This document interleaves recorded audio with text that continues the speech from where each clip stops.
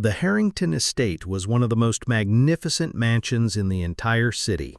Tucked behind iron gates and sprawling gardens, it was a palace that spoke of unimaginable wealth and influence. Its owner, Alexander Harrington, was not only a billionaire but also one of the most talked-about figures in business magazines. He was brilliant, ruthless, and intimidating. Yet for all his money and power, Alexander lived in chaos, not because of his empire, but because of his children. 3 children, to be exact. Triplets. They were 7 years old, identical in their mischievous energy and boundless in their determination to drive every caretaker insane. Their names were Ethan, Emma, and Evan, and they were notorious. They could reduce a nanny to tears within hours, sometimes minutes. From setting loose frogs in the kitchen to locking doors and hiding keys, they had turned the Harrington mansion into a battlefield. In the past 2 years, no nanny had lasted longer than a single day. Some stormed out by lunchtime, others left in despair after bedtime. Word spread quickly, and soon no agency in the city would take the Harrington children's case. Alexander, though outwardly calm, was growing desperate. His business required long hours, and though he loved his children, he couldn't handle them alone. He had tried. The last time the triplets tied his shoelaces together during an important investor call, sending him crashing to the floor while his clients watched on video. The humiliation burned him, but more than that, the loneliness of his children worried him. They had lost their mother years ago, and no one seemed capable of giving them the structure or love they needed. One morning, as the house staff whispered about another nanny quitting, the agency sent someone unexpected. Her name was Maya. She was a tall, strong black woman with kind eyes and a steady presence. Unlike the polished, nervous nannies before her, she carried herself with quiet confidence, as though she had already faced storms much worse than 3 unruly children. When she stepped into the grand foyer, Alexander raised a brow. "Are you aware of what you're walking into?" he asked skeptically. Maya said, "I've heard stories, but children aren't wild animals, Mr. Harrington. They act out for a reason. My job is to find that reason." Alexander smirked, clearly doubtful. "You'll change your mind by dinner." The children were already plodding upstairs. Ethan had whispered the plan. The 3 of them would launch their new nanny test. They had paint-filled balloons ready, a bucket of marbles for the staircase, and a collection of toy insects to scatter across the floor. When Maya appeared, they would unleash chaos. But Maya wasn't like the others. When she entered the playroom, the children immediately threw their first attack, balloons bursting with red paint. Maya didn't scream or panic. Instead, she calmly stepped aside, dodging one, catching another mid-air, and letting the last one splatter harmlessly against the floor. She looked at them, her face stern but not unkind. "That's strike 1, she said evenly. The children froze. No one had ever responded like that. Nannies usually shrieked or ran. This woman didn't flinch. Evan tried next, releasing the marbles on the staircase when Maya followed them. She looked down at the mess, then back at him. "Strike 2, she said firmly, then knelt and made him kick them up, piece by piece. Emma's test came last. She scattered plastic cockroaches across the hallway, expecting Maya to jump in fright. Instead, Maya picked one up, inspected it with a raised brow, and slipped it into her pocket.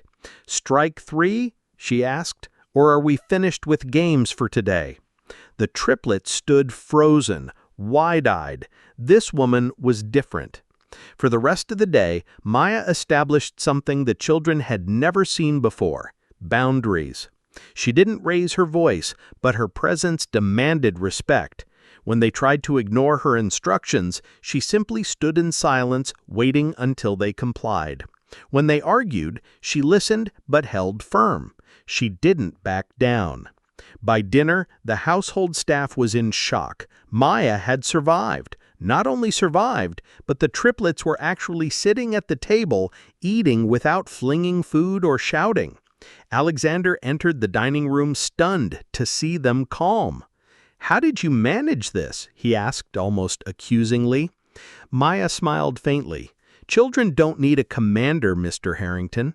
They need someone who sees them, someone who doesn't run when they test limits. They're not bad kids. They're just hurting." Her words struck him. He had always dismissed the children's behavior as defiance, a lack of discipline, but hearing her say it was pain, it unsettled him. That night, after the triplets were tucked into bed with surprising cooperation, Alexander found himself thinking about Maya's words. Hurting. Was that true? Was their wildness not rebellion, but a cry for attention, for love they had lost when their mother died? The next morning, the children woke expecting Maya to be gone like all the others. But when they padded downstairs in their pajamas, there she was, already making breakfast, humming softly. She smiled at them. "Good morning. Did you sleep well?" They didn't answer at first, unsure how to react. But when she set a plate of pancakes in front of them, shaped like little animals, something in their hearts shifted. No nanny had ever done that. And for the first time in years, Alexander heard something in his home he thought he had lost forever: the sound of his children's laughter. The following days in the Harrington household felt strangely different. The staff, who were used to seeing chaos unravel by mid-morning, found themselves whispering in disbelief. Maya hadn't just survived the first day. She had returned, smiling, as though the triplets hadn't driven her to exhaustion. Alexander, though outwardly skeptical, couldn't help but notice the change. The children weren't suddenly angels, but there was a subtle shift in their energy. They no longer spent every waking moment plotting attacks on their nanny. They still tested her, of course. Ethan tried to climb out a second-story window to reach the roof. Emma attempted to flood the bathroom sink, and Evan scattered puzzle pieces across the entire library floor. But each time, Maya was there, not with panic or shouting, but with firm, unshakable resolve. When Ethan climbed onto the roof, Maya simply crossed her arms and waited. "I'll stand right here until you're ready to come down safely," she said, her voice calm. He expected her to plead, to threaten, to panic. Instead, she stood silently, her presence steady as stone. After 15 minutes, Ethan climbed back in, muttering. She met him with a quiet, "Thank you for being brave enough to come down." When Emma flooded the bathroom, Maya handed her a mop and stood beside her cleaning in silence until it was done. "Every mess you make, you're capable of fixing," she said. Emma, cheeks flushed, had no choice but to nod. When Evan scattered the puzzle, Maya knelt on the floor, picking up the pieces slowly. "I have all the time in the world," she said softly. Within minutes, Evan sighed and joined her, sorting the pieces properly. The children, bewildered, found themselves respecting her in ways they couldn't explain. For the first time, their tricks felt meaningless, almost embarrassing, because Maya refused to give them the reaction they wanted. She wasn't afraid. She wasn't weak. She wasn't leaving. One evening, after the children had gone to bed, Alexander called Maya into his study. He leaned back in his leather chair, his sharp eyes studying her. "I have to admit, I'm impressed. But I want to know, how are you doing this? I've hired the best nannies money can buy, women with degrees, training, and decades of experience. Not one of them lasted. And yet here you are, after nearly a week, and somehow my children, well, listen to you." Maya met his gaze steadily. "Children don't care about degrees or resumes, Mr. Harrington. They care about presence. Most of your nannies came in afraid of you, afraid of failure, afraid of 3 children who needed more than rules. Your kids aren't bad. They're grieving. They've been hurting for years, and every nanny who quit just confirmed their fear that everyone leaves. Her words struck deeper than she knew. Alexander's jaw tightened. I provide them everything: private tutors, toys, clothes, a home larger than most people can imagine. Are you saying that's not enough? Maya's expression softened. Things don't replace love, sir. You can't buy away loneliness. The silence between them stretched. Alexander, a man who negotiated billion-dollar deals without blinking, found himself strangely unsettled. Maya's calm, unflinching honesty felt like a mirror he wasn't ready to face. After that night, he began to watch more closely. He noticed how Maya knelt to the children's level when they spoke, how she listened intently as though every word mattered. He noticed how she set boundaries without cruelty, discipline without humiliation. And most of all, he noticed how the children began to soften. One evening, as the children had gone to bed, Alexander called Maya into his study. He leaned back in his leather chair, his sharp eyes studying her. I have to admit, I'm impressed. But I want to know, how are you doing this? I've hired the best nannies money can buy, women with degrees, training, and decades of experience. Not one of them lasted. And yet here you are, after nearly a week, and somehow my children, well, listen to you. Maya met his gaze steadily. Children don't care about degrees or resumes, Mr. Harrington. They care about presence. Most of your nannies came in afraid of you, afraid of failure, afraid of 3 children who needed more than rules. Your kids aren't bad. They're grieving. They've been hurting for years, and every nanny who quit just confirmed their fear that everyone leaves. Her words struck deeper than she knew. Alexander's jaw tightened. I provide them everything: private tutors, toys, clothes, a home larger than most people can imagine. Are you saying that's not enough? Maya's expression softened. Things don't replace love, sir. You can't buy away loneliness. The silence between them stretched.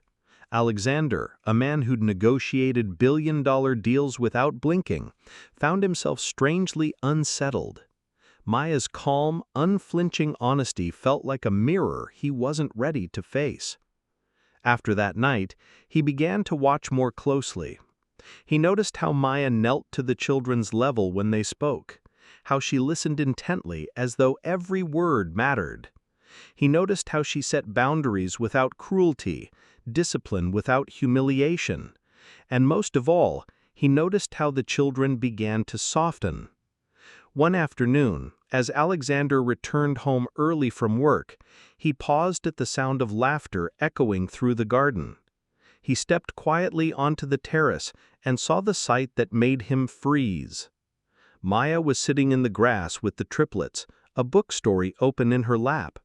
Ethan leaned against her shoulder, Emma was curled at her side, and Evan lay sprawled across her legs. They were utterly captivated, their eyes shining as she read aloud, her voice weaving the story into magic. For the first time since their mother's death, the children looked safe, content. Something inside Alexander stirred, a pang of guilt, but also an ache of longing. He had been absent, burying himself in work to avoid the pain of loss, convincing himself he was doing it for the children. But Maya had shown him what they truly needed. That night, during dinner, Alexander noticed something new. The children spoke to Maya, sharing stories of their day, asking questions, laughing freely. He watched quietly, his fork idle on the plate, realizing how rare this was. His home, usually filled with tension, was alive again. After the meal, when the children ran off to prepare for bed, Alexander caught Maya's attention. "You've done something here that I couldn't," he admitted quietly.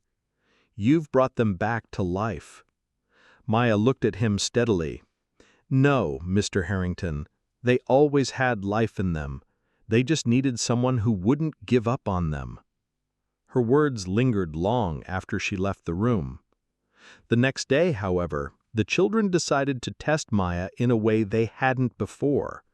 They demanded she take them to the attic, a place off-limits since their mother's death.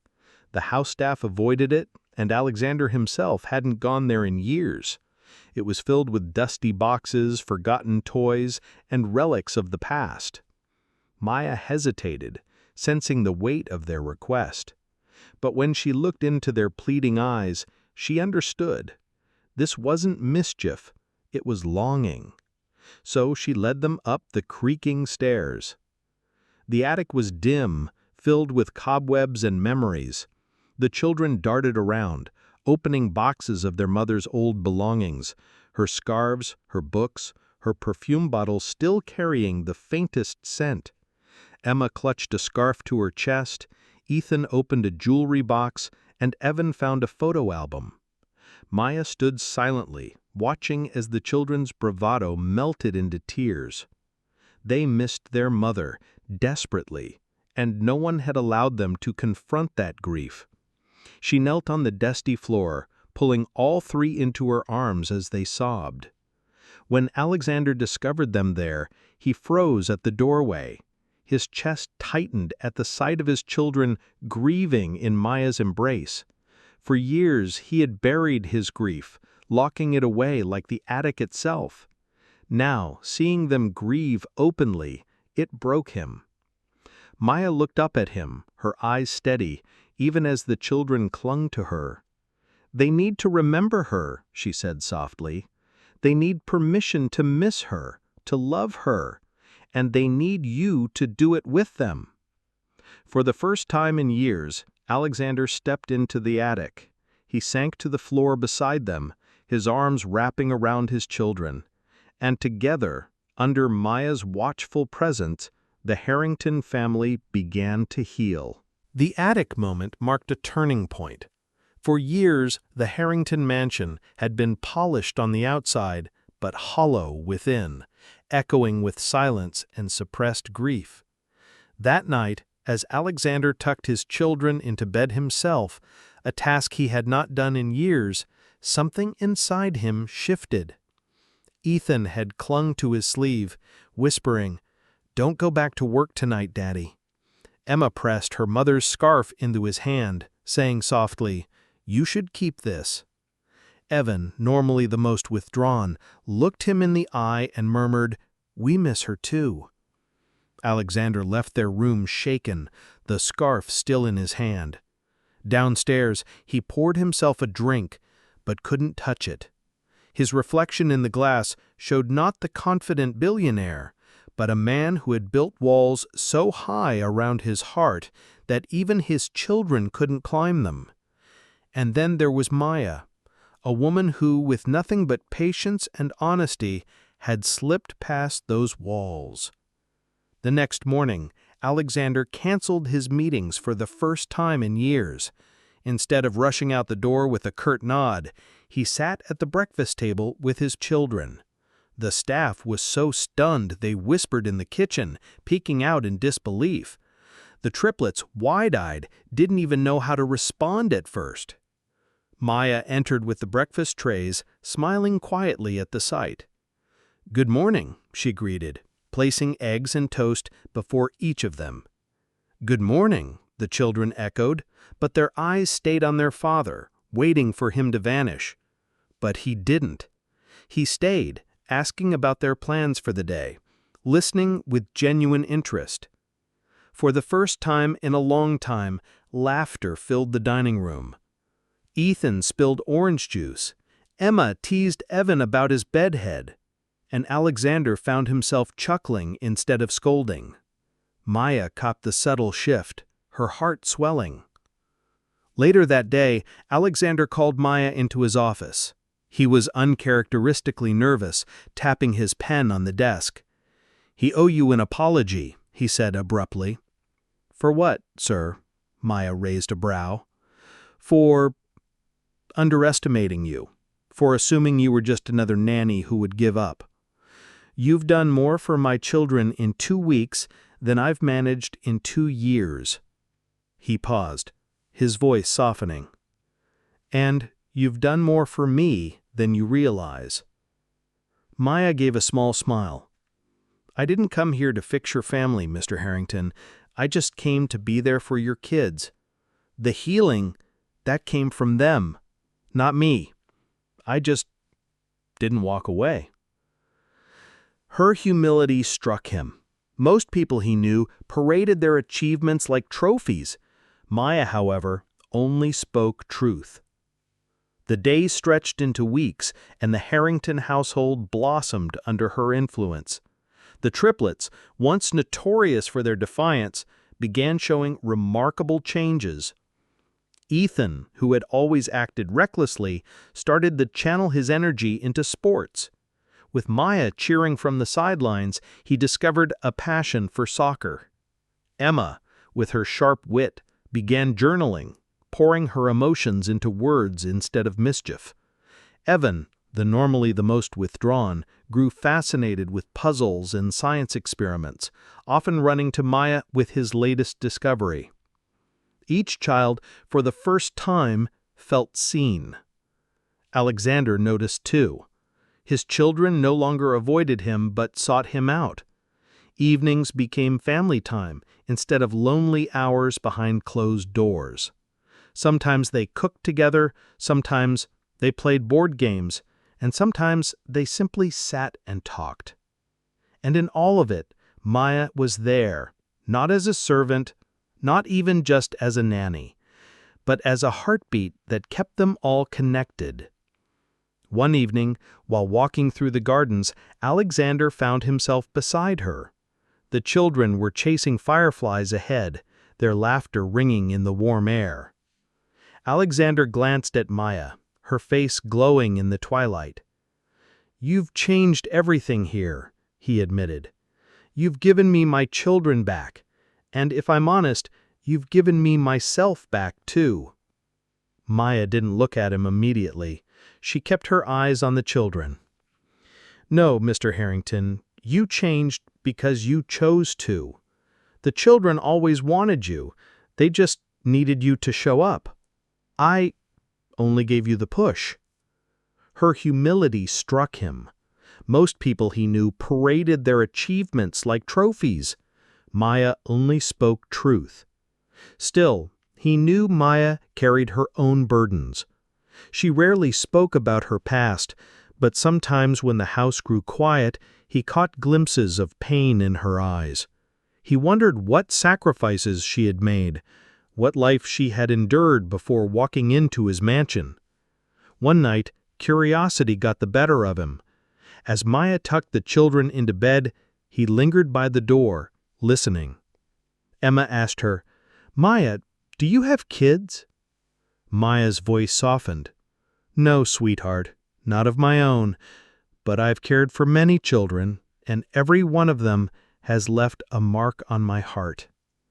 "Then why don't you ever leave us?" Evan pressed. "Everyone else does." There was a pause before Maya answered, her tone quiet but firm. "Because I know what it feels like to be left behind, and I won't let that happen to you." Alexander felt those words strike like thunder. He retreated before she saw him, his chest heavy. She had given his children not only care, but something far rarer: loyalty. Over the following weeks, whispers spread among the staff. Rumors began in the city as well. The untamable Harrington triplets had transformed. Their father was suddenly more present, and the mysterious nanny at the center of it all had become a quiet legend. Yet not everyone looked kindly on Maya's presence. Relatives of Alexander, cousins and business associates, saw her influence and frowned. At a family gathering, one of his sisters whispered, "She's just a nanny, Alex. Don't let her get too close." Another warned, "People will talk. You're vulnerable, and she'll take advantage." But Alexander knew better. He had seen Maya's integrity firsthand. She hadn't once asked for favors, money, or recognition. All she wanted was for the children to feel whole again. One evening after such warnings, Alexander found Maya in the library, arranging books the children had left scattered. He approached her with an intensity that startled them both. "Do you realize what you've done here?" he asked. Maya straightened. "I've only done my job, Mr. Harrington." "No," he said firmly. "You've done far more. You've given this house its soul back, and I don't know how to thank you." She looked at him, her expression unreadable. "You don't have to thank me. Just keep being the father they need. That's thanks enough." For a long moment they stood in silence, the weight of unspoken feelings hanging between them. Neither dared to move closer, yet the connection was undeniable. Outside, the triplets called for Maya, their voices breaking the moment. She excused herself, leaving Alexander staring after her, realizing something he hadn't expected. His heart, long buried in grief and solitude, was waking again. The Harrington estate had not seen this much joy in years, but with joy often comes envy. Word of Maya's steady influence spread beyond the walls of the mansion. Business associates and distant family members, who had long considered Alexander cold and unreachable, were shocked to see him softened, present, and, most scandalous of all, seen in public with his children again. One Saturday afternoon, Alexander took the triplets to the park. Maya, walking beside them, carried a picnic basket. It should have been a simple family outing, but the public noticed. Mothers whispered as they watched Maya tie Evan's shoelaces, while Alexander laughed with Ethan over a soccer ball. To outsiders, it looked more than professional. It looked like a family. The rumors didn't take long to reach the Harrington boardroom. At his next meeting, one of his senior partners leaned close and muttered, "People are talking. They say your nanny is getting too comfortable. Be careful, Alexander.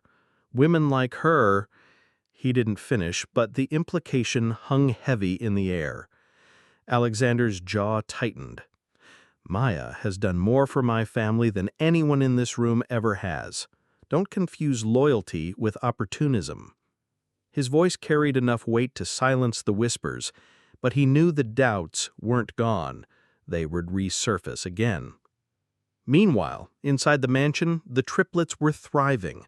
Ethan scored his first soccer goal, and Maya cheered so loudly from the sidelines that even the opposing team grinned.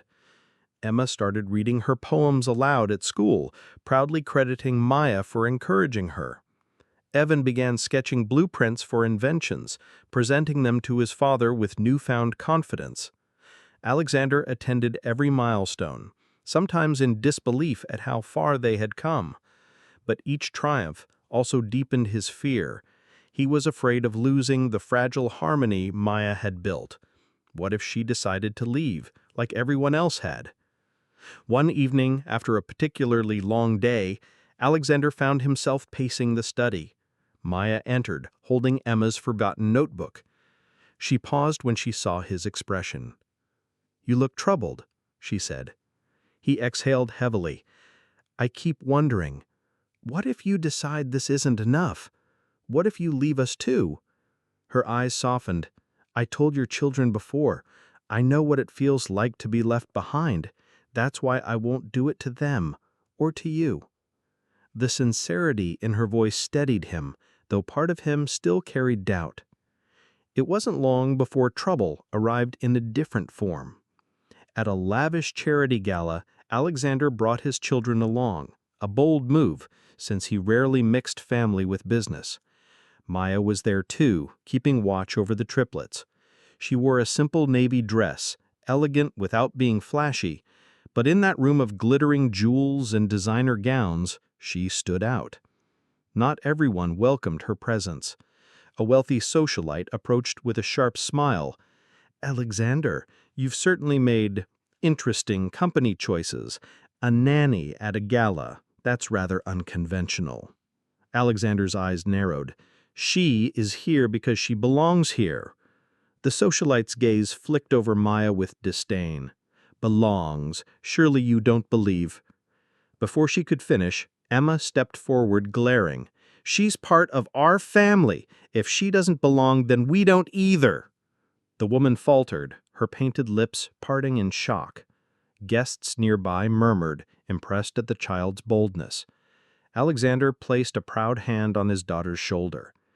That night, after returning home, Alexander found Maya in the kitchen, cleaning up after the children. He stopped her by gently touching her arm. You didn't need to endure that tonight. She shrugged. I've endured worse. People will always have opinions. What matters is how we live when no one's watching. Alexander looked at her for a long moment. I don't care what they say. I care about what we are building here. Her eyes flickered with something unreadable, part gratitude, part fear. She had seen men say such things before, but rarely meant them. Was Alexander different? Days turned into weeks, and the whispers grew louder. Some accused Maya of angling for marriage, others of manipulating the children. Yet through it all, Maya remained the same, steady, kind, unwavering. The triplets, however, began to notice the tension. Evan asked one evening, Maya, why do people look at us funny when you're with us? She knelt beside him, brushing hair from his eyes. Because people don't always understand what they see. But we know the truth, don't we? We know what we mean to each other. Evan nodded, though his little brow furrowed. But Alexander had had enough. One evening during dinner, he cleared his throat. The children stopped bickering, and Maya looked up from serving. I want you all to hear me. His gaze shifted between his children and Maya. This house has known loss and silence for too long. But now we have something worth protecting. Maya is part of that. She is part of this family, and I won't let anyone tell us otherwise. The children erupted with cheers, hugging Maya so tightly she nearly toppled over. For the first time, Maya's composure cracked. Tears filled her eyes as she whispered, Thank you. But the challenges weren't over. Days later, Alexander's sister arrived unannounced at the mansion. A sharp-tongued woman, she stormed into the sitting room and declared, This has gone far enough.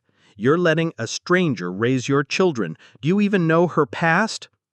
Maya stood silently, her hands clasped, refusing to defend herself with anger.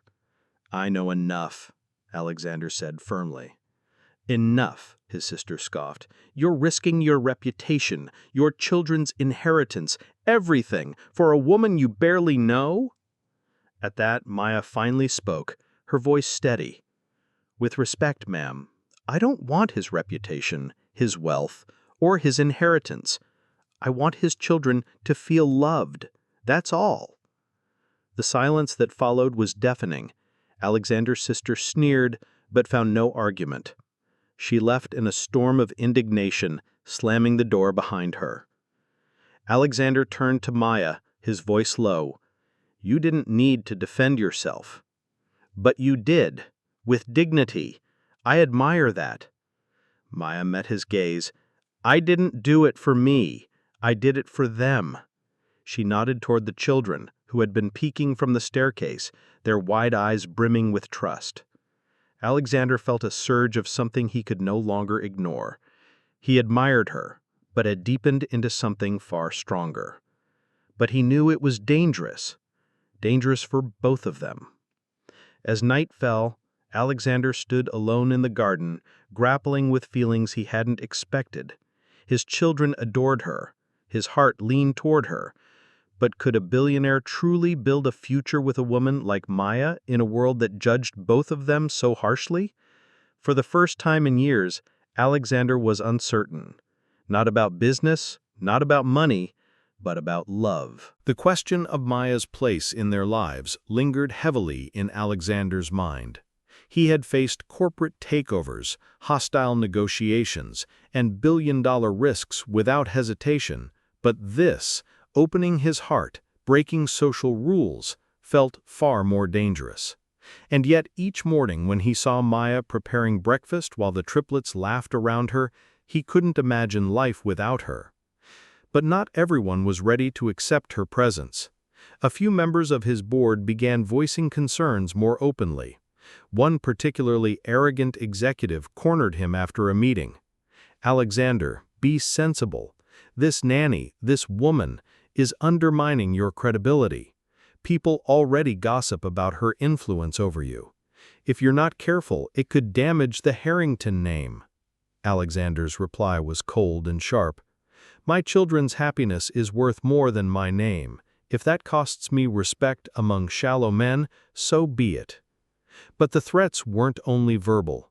One afternoon, Maya was walking Emma home from ballet practice when a sleek black car slowed beside them. A tinted window slid down, revealing the sneering face of Alexander's estranged cousin, a man notorious for scheming over the family fortune. "You think you belong, don't you?" he hissed. "But you're nothing more than a servant in a borrowed dress. Do yourself a favor and leave before you're thrown out." Maya held Emma's hand tighter, keeping her voice calm. "Emma, let's go." But as they walked away, Emma looked up at her, eyes fierce with indignation. "Don't listen to him, Maya. You're ours. He doesn't get to say who belongs." That night, Emma told her father everything. Alexander's fury was immediate. He stormed into his study, grabbed his phone, and with a few icy words, made it clear to his cousin that one more threat against Maya or his children would mean complete financial and social ruin. For a man like Alexander, his word carried weight heavier than iron. Still, the ordeal shook Maya. Later that evening, she sat by the fireplace, staring into the flames, her hands trembling slightly. Alexander entered quietly, noticing her shaken composure. "You're safe here," he said softly. She looked at him, her eyes glistening. "Am I? You've seen how people look at me. They don't see a caretaker. They see someone trying to climb, trying to take what isn't hers. I never wanted this kind of attention. I only wanted to love your children." Alexander moved closer, lowering his voice.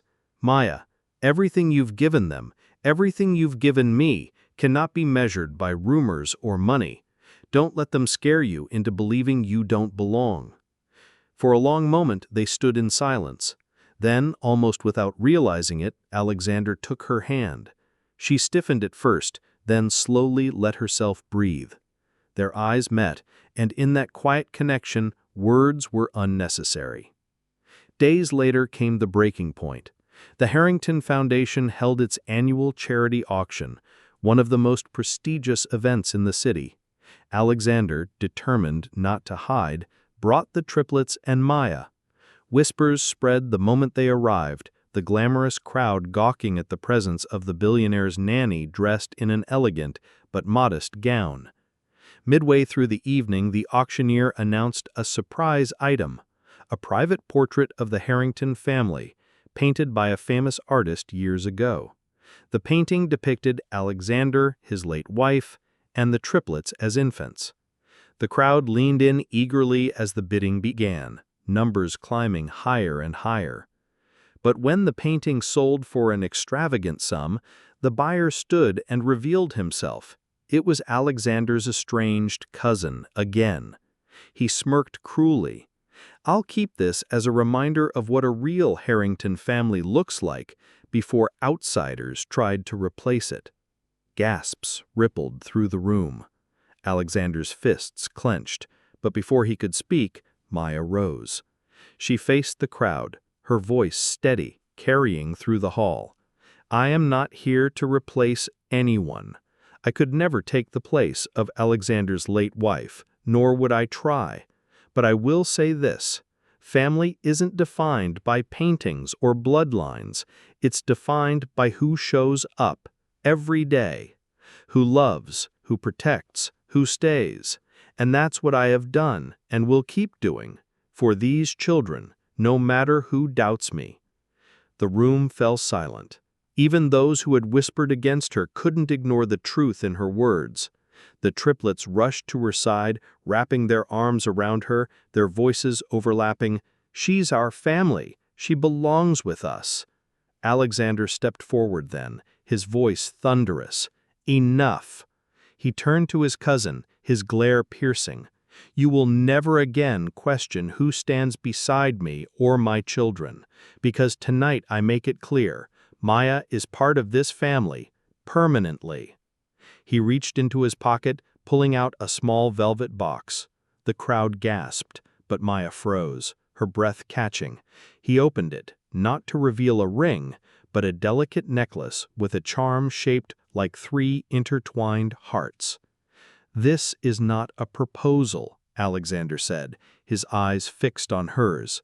"This is a promise that you are no longer just their nanny.